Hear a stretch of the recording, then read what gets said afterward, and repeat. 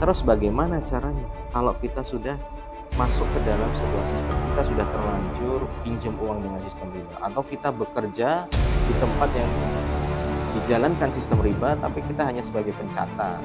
Barang siapa yang meninggalkan sesuatu karena Allah, niscaya Allah akan memberikan ganti jauh yang lebih. Bismillahirrahmanirrahim. Assalamualaikum warahmatullahi wabarakatuh. Alhamdulillah wassalatu wassalamu ala rasulillah wa ala alihi wa ashabihi wa man tabi'ahum bi ihsani ila yaumidin, amma ba'd.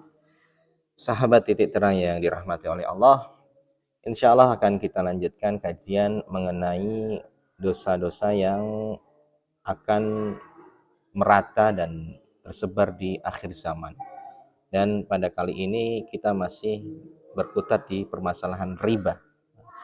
Sebuah hadis dari Jabir, beliau mengatakan bahwa la'ana Rasulullah sallallahu alaihi wasallam akila riba wa mukilahu wa katibahu wa syahidaihi.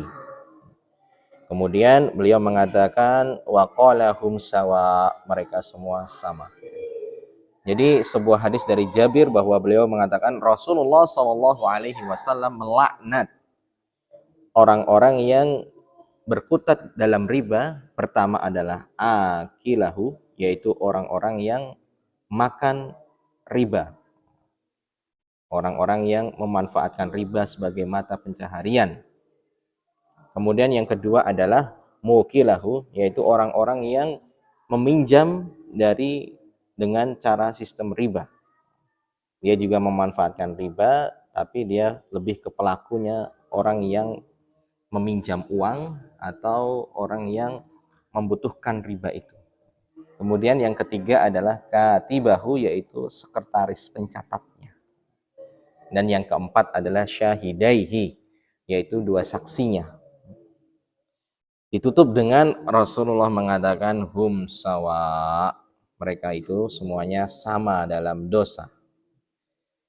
Sahabat yang dimuliakan oleh Allah, dari hadis ini kita dapati bahwa tolong menolong dalam masalah riba itu haram hukumnya. Imam An-Nawawi menegaskan bahwa segala hal yang berkaitan dengan aktivitas membangkitkan atau mendukung riba itu masuk ke dalam dosa at-ta'awun 'alal ismi wal 'udwan. Tolong menolong dalam perbuatan dosa dan permusuhan. Maka dari itu kita harus menjauhi untuk masuk ke dalam lingkaran-lingkaran yang di dalamnya itu ada sistem ribanya. Ada yang mengatakan saya kan tidak makan riba, saya tidak meminjam uang dan saya tidak meminjami uang, saya hanya mencatatnya saja.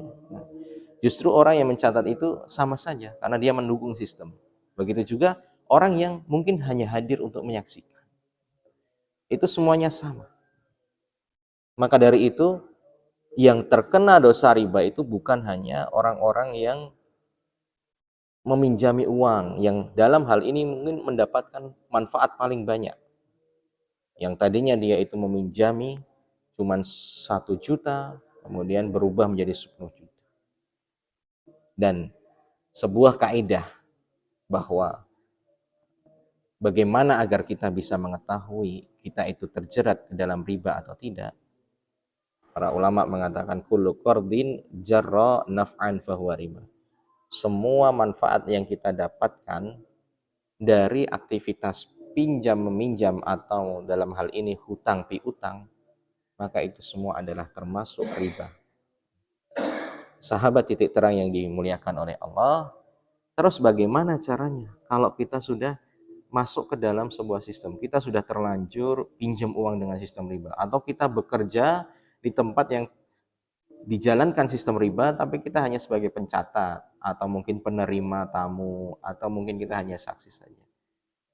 Karena nanti semua itu akan terkena di mata Allah, itu mereka semua adalah orang-orang yang tolong menolong dalam keburukan, dalam dosa. Maka kalau kita sudah ada indikasi berkutat atau bersinggungan langsung dengan sistem riba, tips untuk bertaubat kepada Allah, untuk lepas dari sistem itu adalah yang pertama tentunya bertaubat kepada Allah. Kita harus sungguh-sungguh taubatan nasuha, apalagi setelah kita mengetahui mengenai dalil-dalil ancaman-ancaman riba yang luar biasa. Yang kedua adalah kita sebisa mungkin ketika dalam posisi orang yang meminjam, maka lunasi hutang tersebut. Seandainya kita dalam posisi yang meminjami, maka kita boleh mengambil ru'usu amwalina. Jadi boleh mengambil pokok dari utang yang kita berikan. Adapun jika sudah lebih, maka tidak perlu diteruskan. Misalkan ada orang pinjam ke kita 10 juta. Dia sudah membayar 9 juta itu dengan hitungan plus bunga. Maka kita dalam rangka bertaubat cukup mengambil uang 10 juta, seandainya dia sudah mencapai 10 juta, walaupun hitungannya belum selesai, maka kita anggap selesai. Karena kita berhak untuk tetap mendapatkan pokok dari harta kita.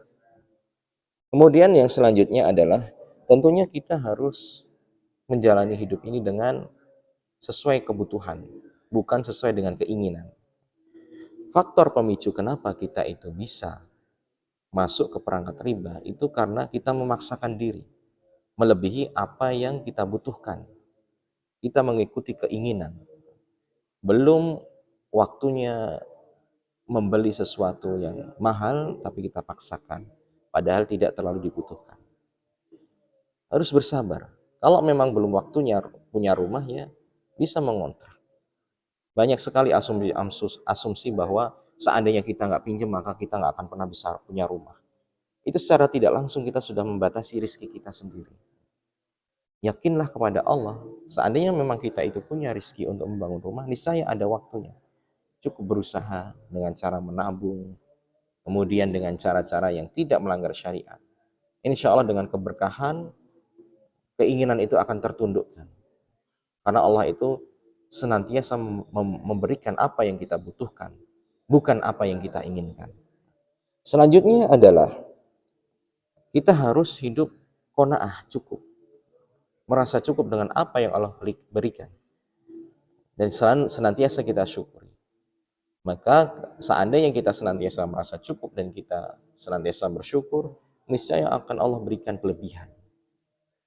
Kemudian selanjutnya adalah tentunya dengan memperbanyak sedekah dan berdoa, amalan-amalan soleh yang bisa menarik rezeki. Walaupun rezeki itu sudah ditentukan, tapi kita semua tidak pernah tahu seberapa besar rezeki kita. Dengan amalan-amalan penarik rezeki itu, kita bisa mendapatkan rezeki yang lebih besar dan semoga itu bisa menghindarkan dari riba. Kemudian yang selanjutnya adalah kita bisa menjual aset seandainya memang itu dibutuhkan. Tidak perlu kita eman-eman. Karena ada sebuah kaidah mengatakan man taraka syai'an lillah awadallahu khairan minhu. Jadi barang siapa yang meninggalkan sesuatu karena Allah, niscaya Allah akan memberikan ganti jauh yang lebih baik. Kita tinggalkan harta-harta kita jual demi mencari keridhaan Allah lepas dari riba. Niscaya Allah akan ganti dengan sesuatu yang jauh lebih baik. Kemudian yang terakhir adalah tentunya kita harus bekerja lebih giat. Kemudian juga mungkin bisa dengan mencari tambahan penghasilan dengan niat agar bisa segera terlepas dari sistem riba seandainya memang sudah terjerat, dan dengan niat menghindari sistem riba seandainya memang belum masuk ke dalamnya. Dan insya Allah ketika kita bekerja diniatkan seperti itu termasuk dalam rangka ibadah. Mungkin ini saja dari kami, semoga bermanfaat. Seandainya ada yang benar datangnya dari Allah dan seandainya ada yang salah, maka itu pribadi dari pemahaman yang keliru dari kami. Kita tutup dengan doa hamdalah dan kifaratul majlis. Alhamdulillahirabbil alamin. Subhanakallahumma bihamdika asyhadu an la ilaha illa anta astaghfiruka wa atubu ilaik. Wassalamualaikum warahmatullahi wabarakatuh.